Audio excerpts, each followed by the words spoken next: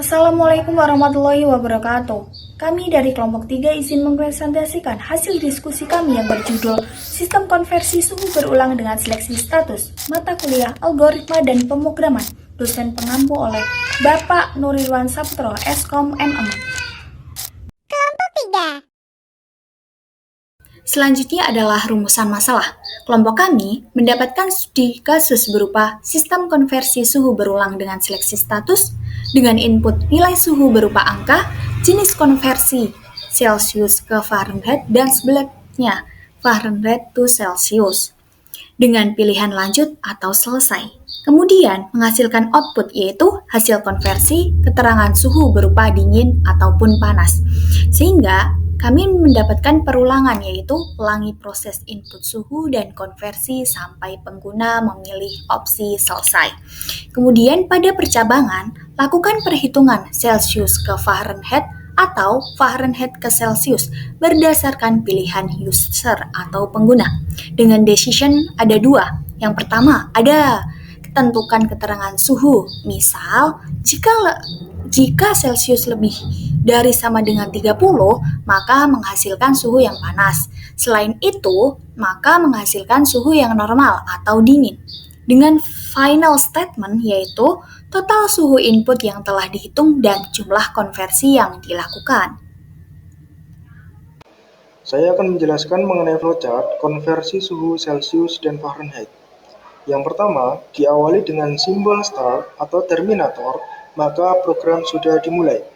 Kemudian, pengguna memilih mode konversi yang mana menentukan arah perhitungan dari Celsius ke Fahrenheit atau Fahrenheit ke Celsius.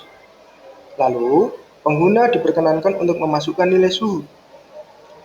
Selanjutnya, dalam simbol keputusan atau decision, terdapat pilihan Celsius atau Fahrenheit.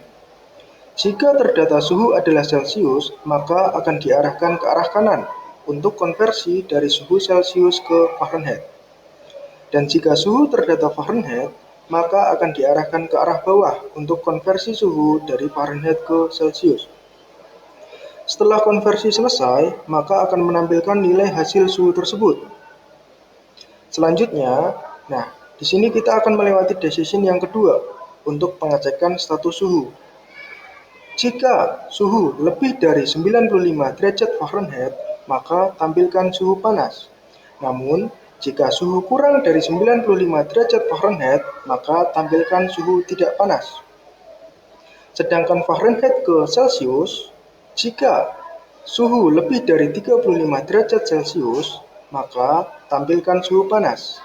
Namun, jika suhu kurang dari 35 derajat Celcius, maka tampilkan suhu tidak panas. Setelah hasil tersebut ditampilkan, maka kita akan melewati decision yang ketiga untuk looping, yaitu decision ulang. Jika pengguna memilih ya, maka proses akan kembali mengulang dari memasukkan nilai suhu sampai dengan melakukan konversi kembali. Namun, jika tidak, maka konversi suhu tersebut selesai. Sehingga penjelasan dari teman saya tadi, alur flowchart dapat disimpulkan dengan beberapa poin. Yang pertama, ada program dimulai dengan pengguna atau user memilih jenis konversi suhu dari Celsius ke Fahrenheit atau Fahrenheit ke Celsius. Dan yang kedua, pengguna atau user memasukkan nilai suhu. Dan yang ketiga, sistem menghitung konversi sesuai pilihan. Jika Celsius ke Fahrenheit itu dengan rumus C kali 9/5 ditambah 32, sedangkan Fahrenheit ke Celsius dengan rumus F min 32 dikali 5/9. Maka hasil suhu dapat ditampilkan. Sistem menentukan status suhu berupa panas atau tidak panas. Tidak panas itu berupa normal atau dingin. Kemudian, pengguna ditanya, apakah ingin mengulang proses? Jika ya, kembali ke input suhu, dan jika tidak, maka program akan selesai. Kesimpulannya adalah, flowchart konversi suhu ini menunjukkan penerapan algoritma melalui input, proses percabangan, dan perulangan. Sistem mampu menentukan rumus konversi Celcius ke Fahrenheit atau Fahrenheit ke Celcius, serta memberi keterangan suhu panas atau tidak panas.